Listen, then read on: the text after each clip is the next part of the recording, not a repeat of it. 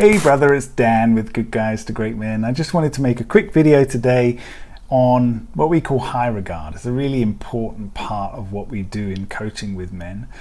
And it's really important because it's quite transformational. It is a really impactful tool that you can have in your belt when you're dealing with a relationship. And so sometimes I'll talk about low regard and high regard, and low regard often looks like if only the other person would show this, bring this to the relationship. And so as guys, this often sounds like, if only she would initiate sex more often, if only she would be more affectionate, if only she would be less critical, if only she would appreciate all that I put into us and the family and the house and the kids and all the stuff that I do for us, if only she would.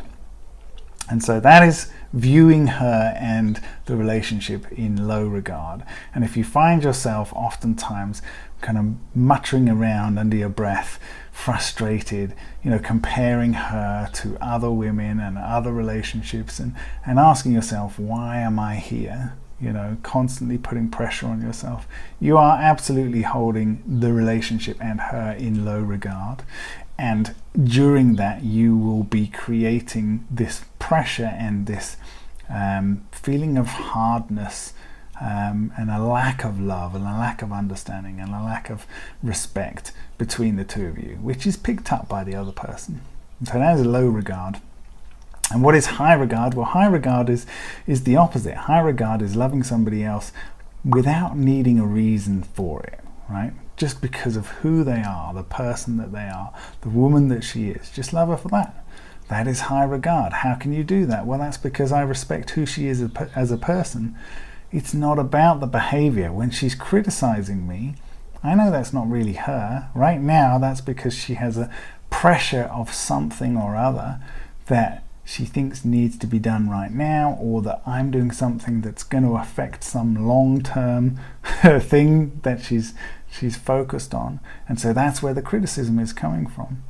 And in actual fact, a lot of the time the criticism can be very beneficial. In a work environment, when people criticize us, we look at it and we go, okay, what in there is useful? Oftentimes there's lots of really useful information in there, but when it's our romantic partner, we've given them this power to have the ability to tell us how we feel about ourselves. Even when we're just talking about something ridiculous like, washing the floor, or taking the trash out, filling up the dishwasher, all that stuff.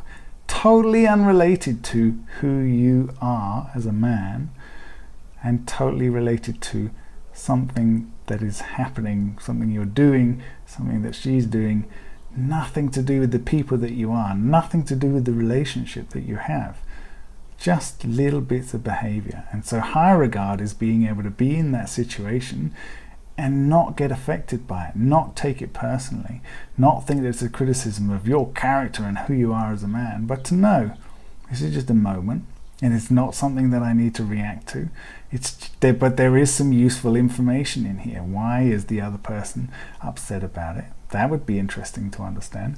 What is it in particular about the thing that we're arguing about, or that I'm noticing criticism coming about, that is so important? Because there's something in there that's important that would be really useful to find out if you can get to the bottom of it, right? It's not about you, it's about something else. So what is that? You have to be able to hold first yourself in high regard, right? I respect myself greatly.